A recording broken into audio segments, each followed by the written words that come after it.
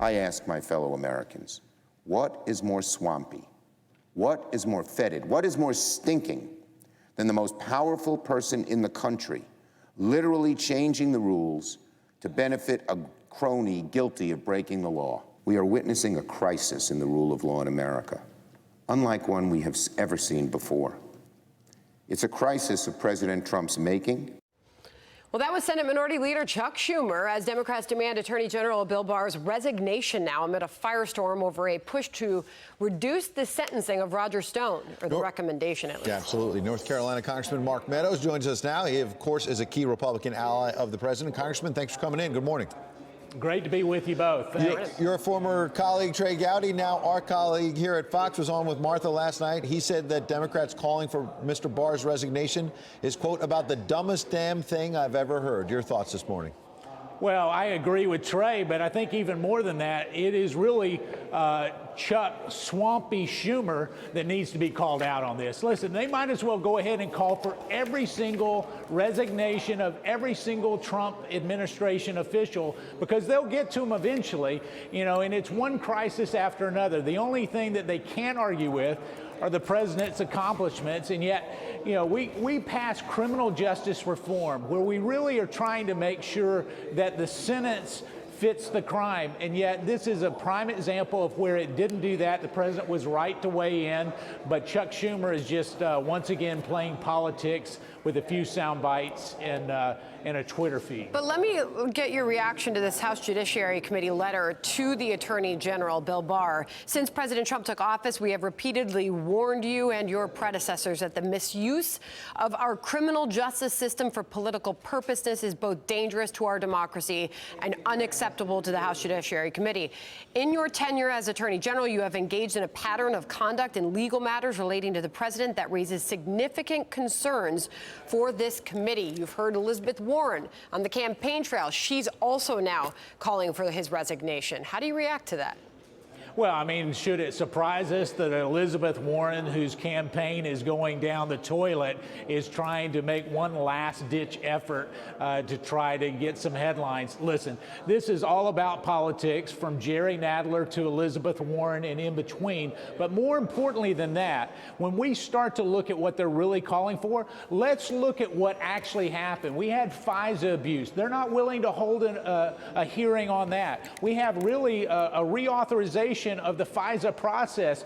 There's nothing happening here on Capitol Hill. They're sending letters and they're sending out tweets that suggest that Bill Barr, who is an honorable man, who is doing a great job, who ultimately will restore the credibility of DOJ, you know, they're attacking him. And I'm going to stand by him and the president, not because of any political theory, but because it is the right thing to do. Listen, but Congressman, do you have any reservations about the president getting as involved in this as he has? Listen, you know, for me to be on the media and for us to suggest that the president shouldn't be allowed free speech, you know, it's one of our First Amendment protections. You know, somehow we think that because he's the president of the United States, he shouldn't have an opinion. He's right to have an opinion. It's all about justice, and it's about the fair treatment of those. But here's what we also understand. This whole Russia investigation, I've been involved in that more than perhaps any member of Congress, or as much as any member of Congress. And I can tell you that there's a whole lot of things that my Democrat colleagues should be looking at that they look the other way. What about Nellie Orr? What about the fact that they knew that Michael Flynn was not lying, and we've had 3 different sources say that, but yet he's sitting there in harm's way as well. Congressman, what you're getting at is what you see as political bias. It's not equal justice under the law. You've said before in terms of how a lot of these investigations start. I want to add a new element. Breaking the last few moments, Roger Stone's legal team has put out a new statement referencing the fact that Tamika Hart, a key juror, I believe the foreperson of the jury overseeing the Stone case, posted about William Barr on her Facebook page, has attacked the president, sort of resistance movement kind of post. They just put out a statement in Stone's camp to our Griff Jenkins, quote, Mr. Stone and his defense team are diligently reviewing the newly reported information to determine any appropriate next steps. Judge Napolitano was on Fox earlier today saying Roger Stone should demand a new trial. What are your thoughts?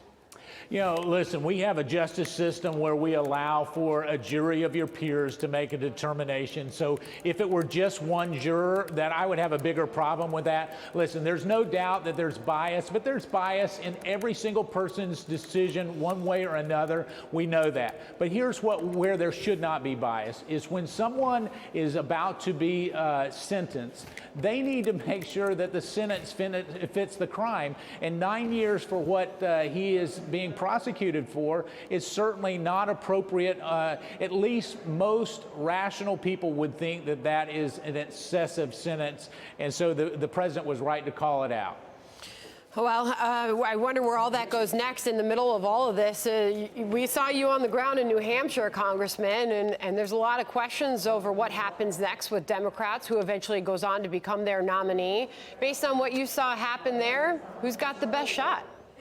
Well, the best shot in terms of Democrat nominee is maybe what you're asking. And we saw most of the energy for Pete Buttigieg and Bernie Sanders there in New Hampshire. But really what I saw the most energy for was Donald Trump in New Hampshire. I mean, record turnout, and he didn't really have a competitive race, and yet he had vote total some 40,000 more than any of his predecessors. And so as we look at that, I was encouraged by the people in New Hampshire and just the passion they have. I believe that the president's going to win that, but ultimately it's going to be Bernie Sanders for everybody to chase down and beat. Congressman, we've got 30 seconds, but in your home state of North Carolina, just a few moments ago, Michael Bloomberg might have something to say on this. He says the president's tweeting about him and, quote, he sees our poll numbers, he's very scared, he knows I have the record and resources to defeat him. Final thought on Bloomberg?